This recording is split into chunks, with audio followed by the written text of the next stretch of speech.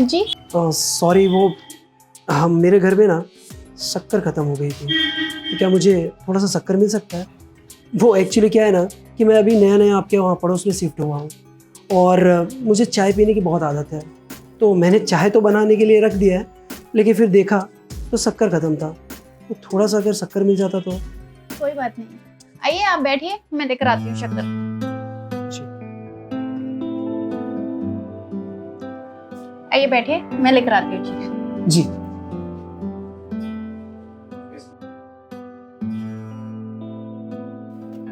काफ़ी अच्छा घर है। अब देखो ना, पड़ोसी भी देख के लग रहा है कि काफ़ी सीधी है। थोड़ा सा हेल्प करने के लिए बोला, कर ले। ये लीजिए चीनी। Thank you so much. वैसे जब मैं लाऊंगा ना तो आपको जल्दी रिटर्न कर दूंगा ये। ठीक है।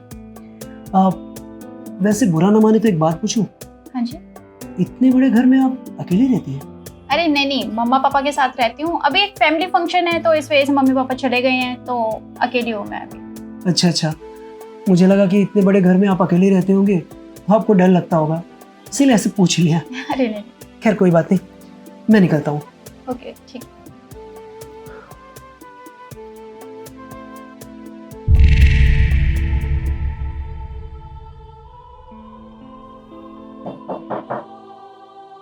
हाँ जी, कोई और हेल्प चाहिए थी क्या? नहीं, वैसे अगर बुरा ना माने तो आपका नंबर मिल सकता है मुझे? हाँ जी, क्यों नहीं, लिखिए 888514। जी, मिस कॉल मार दिया है।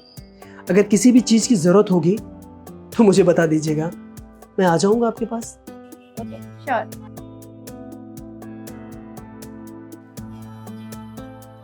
काफी टाइम के बाद किसी से बात करके इतना अच्छा लगा है। लड़का भी हैंडसम था, क्यूट था।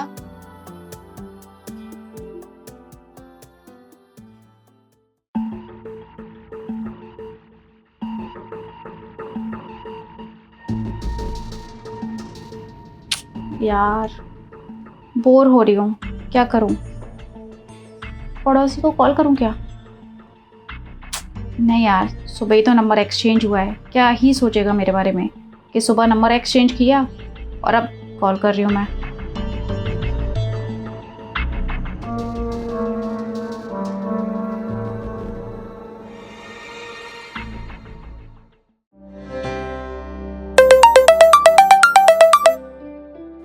अब किसने फ़ोन कर दिया? हाँ जी।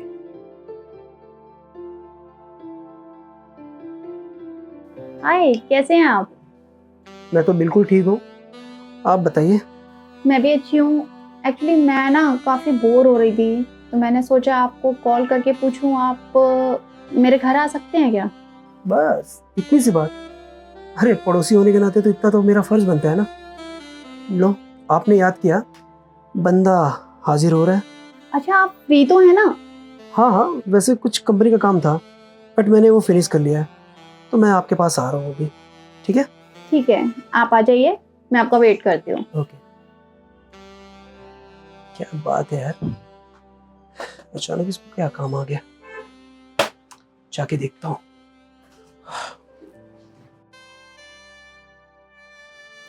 कहीं ये मुझसे इम्प्रेस तो नहीं हो रहा है?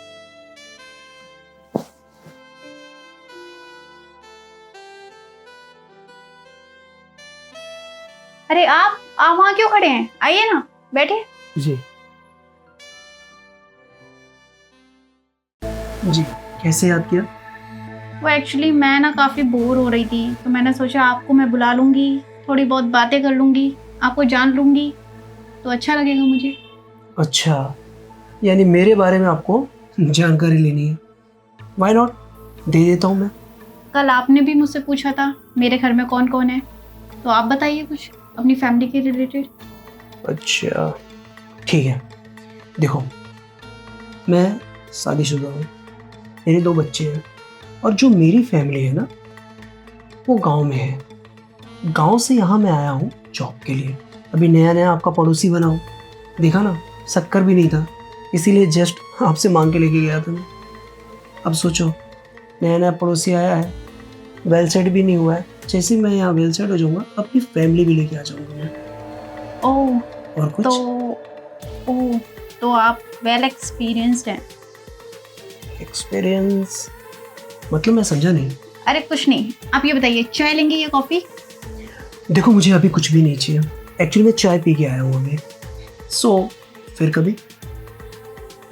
और कुछ चाहिए आपको? और कुछ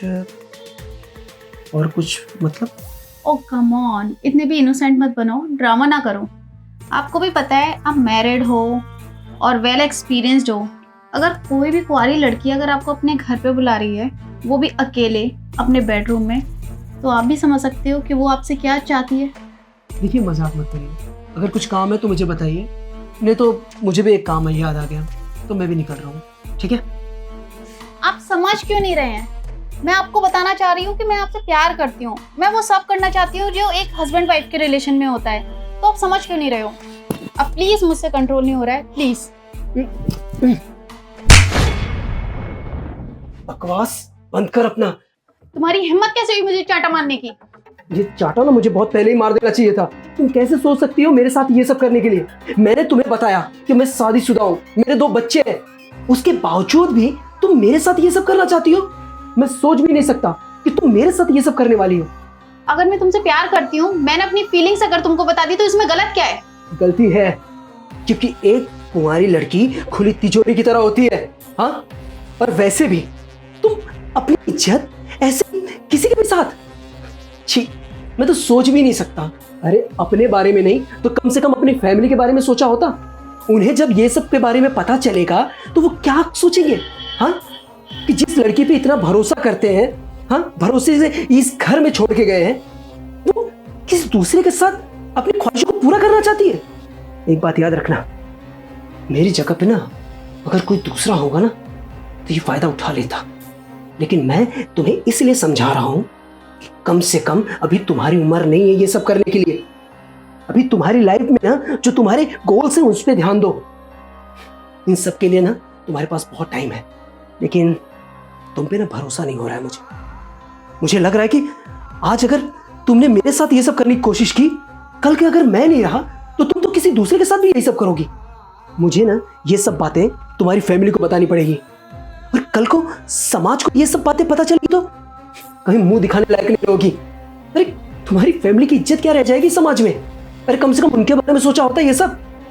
नहीं प्लीज, आप प्लीज किसी को भी ये बातें है ना बाहर मत बताना, नहीं तो घर वालों को अगर पता चला या सोसाइटी में किसी को भी पता चला, मैं किसी को मुंह दिखाने लायक नहीं रहूंगी। तो प्लीज आप किसी को मत बोलना। मानती हूँ मुझसे गलती हुई है, बहक गई थी थोड़ा सा, लेकिन प्लीज आप किसी को ये मत बताना। देखो, माफी मांगने की कोई जरूरत नहीं है।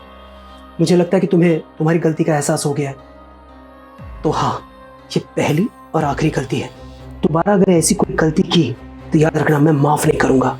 आप बिल्कुल ठीक बोल रहे हैं। अगर आपकी जगह कोई और लड़का होता तो शायद आज मेरा फायदा उठा लेता और मेरे साथ पता नहीं क्या गलत कर देता। मैं माफी चाहूंगी, लेकिन प्लीज आप किसी को भी ये सब मत बताना, और आगे से मैं याद रखूंगी कि ये गलती दोबारा रिपीट ना हो फ्यूचर में मुझसे। ओके, आशा करता हूँ दोबारा ये गलती होनी भी नहीं चाहिए। मैं जा रहा हूँ, और हाँ, दोबारा मुझे कॉल मत करना।